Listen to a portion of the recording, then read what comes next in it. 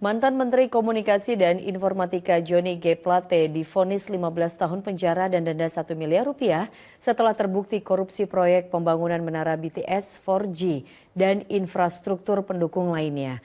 Atas putusan Majelis Hakim, Johnny G. Plate mengajukan banding.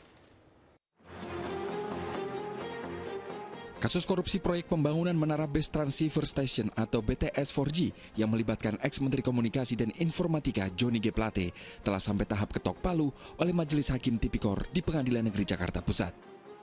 Johnny G. Plate divonis penjara selama 15 tahun dan denda 1 miliar rupiah karena terbukti secara sah dan meyakinkan bersalah dalam tindak pidana korupsi, melawan hukum, dan melakukan perbuatan memperkaya diri.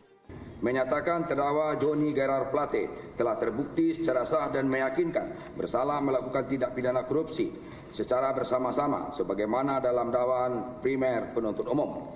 2. Menjatuhkan pidana kepada terdakwa dengan pidana penjara selama 15 tahun dan denda sebesar 1 miliar rupiah. Atas putusan itu, pihak kuasa hukum Johnny G. Plate langsung menyatakan banding. Kami pasti banding ya, Mulia. Banding. Ya. Hari ini? Hari ini. Hari ini banding. Oke. Selain Johnny G. Plate, pihak lain yang juga divonis oleh Majelis Hakim adalah Anang Ahmad Latif selaku ex-Dirut Bakti Kominfo. Anang divonis penjara 18 tahun dan denda 1 miliar rupiah. Pihak lain, Yuhan Suryanto selaku tenaga ahli Human Development Universitas Indonesia divonis penjara 5 tahun dan denda 200 juta rupiah. Dalam skandal mega korupsi ini negara dirugikan 8,3 triliun rupiah. Namun Majelis Hakim mengatakan telah ada pengembalian uang ke kas negara sebesar 1,7 triliun rupiah. Artinya kini total selisih yang belum dikembalikan ke negara mencapai 6,2 triliun rupiah.